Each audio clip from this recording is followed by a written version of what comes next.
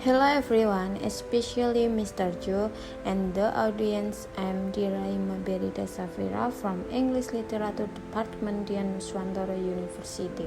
I am going to tell you a story about the carpet feature.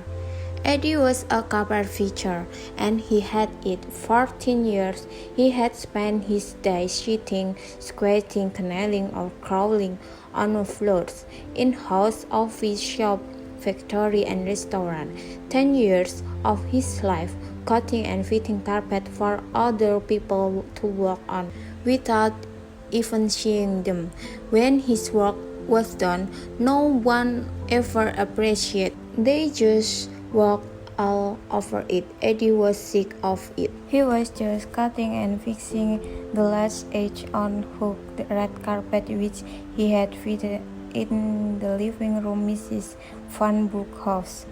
Rich Mrs. Van Broek, who changed her carpet every year and always spoke the best. Rich Mrs. Van Broek, who had never even given him a cup of tea all day, and who made him go to inside when he wanted to smoke. Ah well, it was 4 o'clock and he had nearly finished it. At least he would be able to get home early today. He began to daydream about the weekend, about the Saturday football game he always played for the local team. Eddie sat back and shook. The job was done, and it was time for a last cigarette. He began tapping the pocket of his overall, looking for the new packet of Marlboro he had bought that morning. They were not there. It was he swung around to look in his toolbox for the cigarettes, and Eddie saw the lamp, right in the middle of the brand new bright red carpet. There was a lamp, a very visible lamp, a lamp the size of a packet of cigarettes. Bless! Eddie said angrily. I've done it again. I've left the cigarette under the plaster carpet.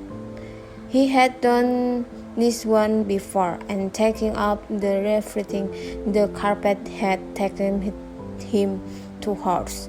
Eddie was determined that he was not going to another 2 hours in this house. He decided, could read the lamp another way. It would mean wasting a good packet of cigarettes. Very full, but anything was better than taking up the whole carpet fitting it again. He turned to this toolbox for a light hammer. Holding the hammer, Eddie approached the lamp in the carpet. He didn't want to damage the carpet itself, so he took a block of wood and placed it on the top of the lamp. Then he began to beat the block wood as hard as he could. He kept beating, hoping Mrs. Van Broek wouldn't hear the noise and come to see what he was doing. It would be difficult to explain why he was hammering the middle of her beautiful new carpet. After 3 or 4 minutes, the lamp was beginning to flatten out. Eddie clearing up his stall, he began to move the furniture back onto the living room, and he was careful to place one of the coffee table over the place where the lamp has been. Just make sure that no one would see the spot where his cigarette had been lost. Finally, the job was finished, and he called Mrs. Van Broek from the dining room to inspect his work. Yes, dear, very nice, said the lady, peering around the room briefly. You'll be sending me a bill then? Yes, madam, as soon I report to the office tomorrow that the job is done. Eddie picked up his tools and began walk out to the van. Eddie started the van and saw his packet Marlboro cigarettes on the dashboard where he had left at lunchtime. And remember, the lamp is carpet. And realize what the lamp was. Remember the hammering. And began to feel rather sick. And that is the end of my story. Thank you for attention. I hope you all enjoy it.